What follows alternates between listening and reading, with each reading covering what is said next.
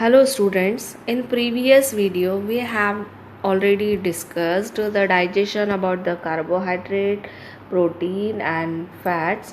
Now in this video we will discuss about some different type of digestion like one nutrient is also present, that is called as nucleic acid, and nucleic acid digestion inside the small intestine. वो ना तो buccal cavity में होता है, ना stomach में होता है, ना ही अदर पार्ट में होता है. जो न्यूक्लिक एसिड होता है, न्यूक्लिक एसिड में क्या आता है, that is a DNA and RNA. वो जो होते हैं वो जनरली कहाँ पर डाइजेस्ट होते हैं, inside the small intestine, right. अच्छा, सबसे पहले उनका जो डाइजेशन प्रोसेस होती है वो जनरली क्या होती है, nucleic acid firstly divide into nucleotides, right. तो न्यूक्लियस एंजाइम हमने डिस्कस करा था, which are secreted from the pancreas and which help in digestion of nucleic acid into sugar and base, right. तो जैसे हमने प्रोटीन में देखा था कि protein peptones, protease, than amino acid में डाइजेस्टेड होता है, वैसे ही न्यूक्लिक एसिड जो फूड में प्रेजेंट होता है they are digested firstly in the form of nucleotide, then nucleoside, and the final digestive product is called as sugar plus bases, right. Now end product of digestion we have already discussed one by one, but in short further we are deciding in the form of table the end product of digestion, that is in case of carbohydrate. जितने भी carbohydrate होते हैं उनके जो end products होते हैं, that is glucose, these are monomer units. Carbohydrate is a polymer unit. Carbohydrates polymer है, glucose है, फ्रुक्टोज है, गैलेक्टोज है. These are the end product of the digestion, right, and it can be absorb from the alimentary canal to the blood, right. Now in case of protein is a complex material, but amino acid is the simplest unit which can be absorbed from the alimentary canal to blood. Now in case of fats is a complex molecule, and the end product, digestive product of fats is considered as a fatty acid and glycerol, right. Now digestion complete digestion takes place. अभी हमने देखा था कि alimentary canal में जो digestion start होता है वो कहाँ से होता है, from buccal cavity, then rest of digestion complete in stomach and small intestine, right. तो the complete digestion takes place in the duodenum. Duodenum is the first part of the small intestine and where complete digestion occurs, like protein, carbohydrate, nucleic acid, fats, etc., all digested finally at the place of small intestine. And which part of small intestine, that is a duodenum, right. The fully digested food is semi fluid. अब यहाँ पर जो duodenum में food होता है वो कैसा होता है, थोड़ा सा semi fluid होता है, प्लस उसमें जितने भी chemicals होते हैं they are alkaline, like pancreatic juice हो, bile salt हो या intestinal fluid हो, उनका सबका जो नेचर होता है that is a alkaline. और हमने क्या बोला था, जब स्टमक में एसिड प्रेजेंट होता है तो उस फूड को हम क्या बोलते हैं, that is a chyme. But यहाँ पर जो फूड होता है जो ड्यूडेनम में आता है, और इसमें क्या होता है, बाइल सॉल्ट है तो ऐड होता है, पैंक्रेटिक जूस ऐड होता है, और intestinal juice also added, and their nature is alkaline. तो यहाँ पर जब फूड का नेचर है वो एसिड नहीं रहता है, वो काय में कन्वर्ट हो जाता है, बेसिक नेचर हो जाता है. और फूड का जो बेसिक नेचर होता है उस फूड को हम बोलते हैं that is called as child. This is called as child, right. This is child, right. Now taken food get digested. Now how food transfer from alimentary canal to blood, right. blood हमारे उसको क्या करता है, जितने भी nutrient जो हमने digest कर लिए हैं, like carbohydrate in the form of glucose, fructose, galactose, protein in the form of amino acid, fatty acid in the form of fats in the form of fatty acid and glycerol, and nucleic acid in the form of sugar and bases, right. So now how food absorb occur inside the small intestine, and starting in earlier we have discussed the absorption surface area of food, that is a small intestine where villi, finger like projection, folded structure is present, that is called as villi. But how food transport from alimentary canal to blood, right? So transportation through the absorption is the process by which the end product of digestion, that is a monomer unit, passes through the intestinal mucosa, because absorption occurs in intestine and intestine secrete mucosa. हमने पढ़ा था Brunner's gland, Brunner's gland में क्या होता है, mucus secrete करता है which help in absorption, right?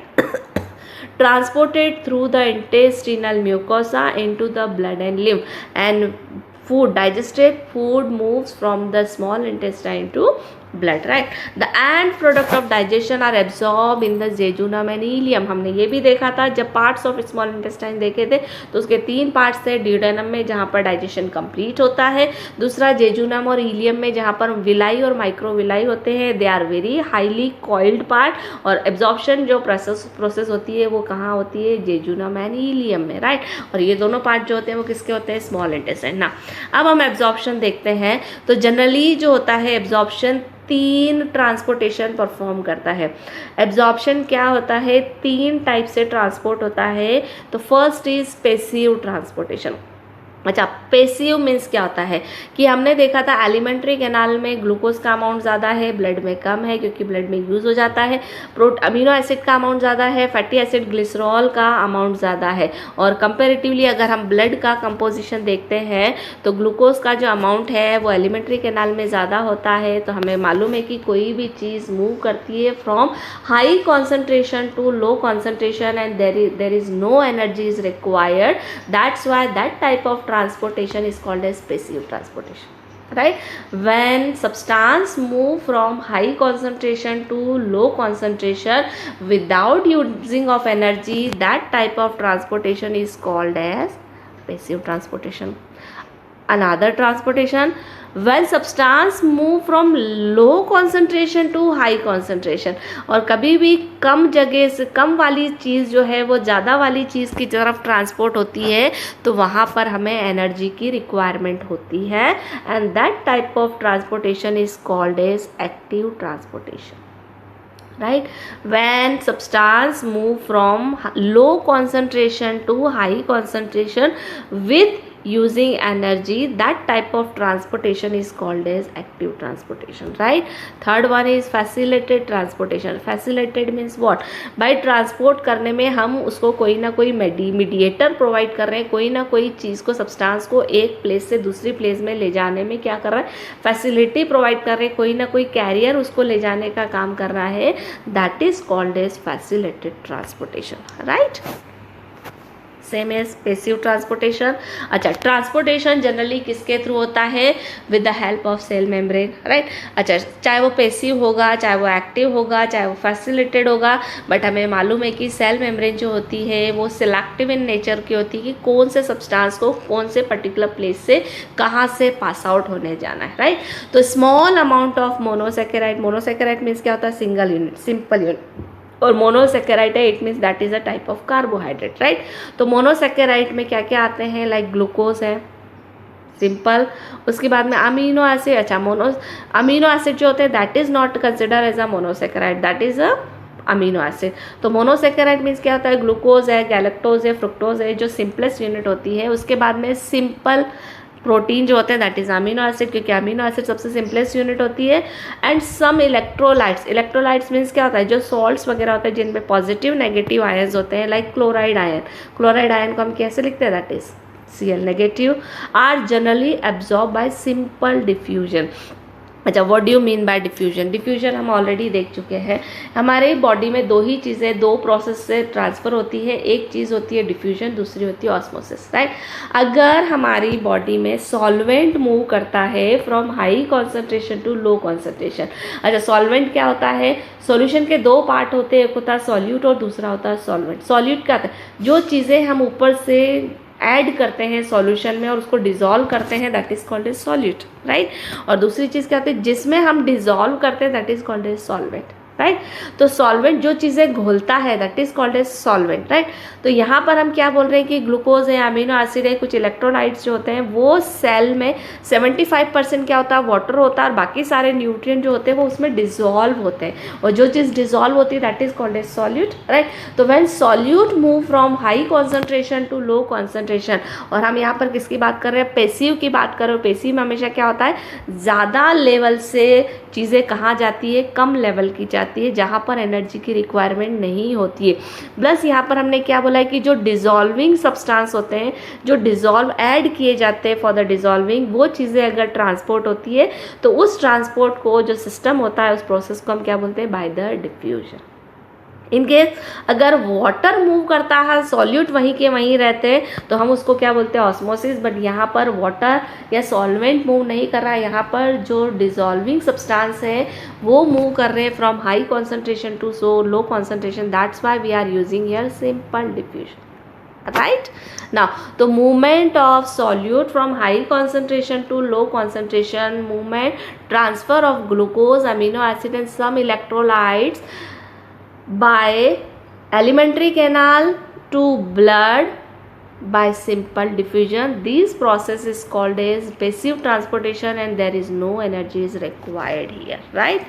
Now there are three type of, this is the cell membrane, this is a cell membrane, right. Now simple diffusion, high concentration है, यहाँ पे blue spot आपको ज़्यादा दिख रहे हैं, मतलब यहाँ पे सब्सटेंस ज़्यादा है, it is move from high concentration to low concentration without using energy, right. Now second one is active transportation. अब एक्टिव ट्रांसपोर्टेशन में क्या हो रहा है कि सब्सटेंस जो मूविंग हो रही है वो कहाँ से हो रही है, लो टू हाई जा रही है विदाउट यूजिंग एनर्जी। यहाँ पर आपको दिख रहा है कि एनर्जी आर यूजिंग हियर, तो that type of transportation is called as active transportation. Facility में भी मैंने आपको बता दिया था कि हम किसी स्पेसिफिक मीडिएटर का यूज़ करते हैं, मतलब ये सब्सटेंस को मूव करना है तो ये सबसे पहले कहाँ होगा, इस पर्टिकुलर एलिमेंट से क्या होगा, बाइंड होगा, और फिर ये एलिमेंट जो है उसको कहाँ तक लेके जाएगा, इस पर्टिकुलर एरिया में लेके जाएगा। इसका मतलब है कि एक्टिव और फैसिलिटी दोनों में क्या हो रही है, एनर्जी की रिक्वायरमेंट हो रही है, राइट। चल नेक्स्ट, पैसिव डिफ्यूजन। भाई पैसिव मतलब समझ में आता है transfer of substance without using of energy, right. यहाँ पर हम क्या बोल रहे हैं, पैसिव डिफ्यूजन। पैसिव डिफ्यूजन है, इसका मतलब डिफ्यूजन किसका हो रहा है, सॉलिड का हो रहा है। तो water and water soluble substance like urea, glycerol and small lipid moves with concentration gradient. Concentration gradient means what, the difference between two concentration, एक साइड में ज़्यादा है एक साइड में कम है, और चीज़ें कहाँ से कहाँ मूव, या तो लो से हाई की तरफ जाएगी तो एक्टिव होगा, और हाई कॉन्सेंट्रेशन से लो की आएगी तो पैसिव होगा। तो यहाँ पर हम क्या बोल रहे हैं कि चाहे वो वाटर हो, वाटर सॉल्युबल कोई भी चीज़ें हो, अगर वो ट्रांसफ़र होती है तो that is solute transfer are that is called as diffusion, right. ना फैसिलिटेड ट्रांसपोर्ट ऑलरेडी हम देख चुके हैं। फैसिलिटी मीन्स क्या होता है, बहुत कम एलिमेंट्स ऐसे होते हैं जिनको सेल्स से एक जगह से दूसरी जगह ट्रांसपोर्ट करने के लिए फैसिलिटी प्रोवाइड की जाती है, क्योंकि वो अपने आप नहीं होते हैं। तो fructose and some amino acid, कुछ अमीनो एसिड ऐसे होते हैं जो क्या करते हैं, सेल के बाहर से अंदर जाने में इनकैपेबल होते हैं, तो उनको हम क्या कर सकते हैं, कुछ कैरियर आयन प्रोवाइड करते हैं लाइक सोडियम, जो क्या करते हैं उनको अंदर सेल के अंदर ले जाने का काम करते हैं। That is called as facilitated nutrition. Active transportation already हम बोलते हैं, active means what, energy is required. This is the main important कि ट्रांसपोर्टेशन में अगर किसी चीज़ को ट्रांसपोर्ट करने के लिए एनर्जी की रिक्वायरमेंट हो रही है तो that is called as active transport. बहुत सारे एलिमेंट्स होते हैं लाइक अमीनो एसिड्स हैं, मोनोसेकेराइड है, ग्लूकोज है, इलेक्ट्रोलाइट्स हैं। ये सारी चीज़ें जो होती हैं वो अगर कभी कभी ऐसा होता है, क्योंकि जब हम यूरिन फॉर्मेशन में किडनी में स्ट्रक्चर पढ़ेंगे तो बहुत सारी चीज़ें जो होती है वो क्या होती है, वांटेड चीज़ें जो हमारी बॉडी के लिए ज़रूरी होती है वो भी हमारे यूरिन वाले ट्रैक में चली जाती है। वहाँ से उनको वापस क्या करना पड़ता है, हमें एब्जॉर्ब करना पड़ता है, और वहाँ पर क्योंकि ब्लड में उनका ऑलरेडी कॉन्सेंट्रेशन ज़्यादा है और यूरिन वाले ट्रैक में क्या हो जाता है, कम जाती है, पर वो थोड़ी चीज़ें भी हमें वापस क्या करना पड़ती है, लेना पड़ती है। तो वहाँ पर हमें एनर्जी की रिक्वायरमेंट होती है। That type of transportation is called as active transportation, right. Facilitated diffusion मतलब यही हुआ, डिफ्यूज हो रही है, सॉलिड जो हो रहा है मूव कर रहे हैं with the help of facility, that is called as facilitated. अच्छा, अब हम देखते हैं, हमने जनरली देखा था कि प्रोटीन, कार्बोहाइड्रेट और ये डिफ्यूज होते, एब्जॉर्ब होते हैं, बट यहाँ पर एक स्पेसिफिक चीज़ है that is called as fat. और फैट जो होते हैं वो थोड़े से कैसे होते हैं, ऑयली सब्सटेंसेस होते हैं, चिकने होते हैं, थोड़े से क्या होते हैं, स्लिपरी होते हैं। तो उनका जो मूवमेंट होता है, क्योंकि उनको इजीली ट्रांसपोर्ट नहीं किया जा सकता है, तो यहाँ पर हम देखेंगे absorption of fat. Small intestine से जो फैट है वो कहाँ पर ट्रांसफर होते हैं, तो फैटी एसिड एंड ग्लिसरॉल। तो फैट्स का जो मोनोमर यूनिट है that is a fatty acid and glycerol insoluble in water, क्योंकि मैक्सिमम चीज़ें जो होती है वो क्या होती है, वाटर में डिजॉल्व हो जाती है और इजीली मूवेबल हो जाती है from one place to another place. But fat क्योंकि ऑयली होते हैं, ग्रीसी होते हैं, they do not dissolve in water, so they can not be absorb directly from the lumen of intestines, इसलिए वो डायरेक्टली एब्जॉर्ब नहीं होते। With the help of some bile salt, कुछ बाइल सॉल्ट की हेल्प से और फॉस्फोलिपिड की help से fatty acid and glycerol are converted into small spherical water soluble droplet.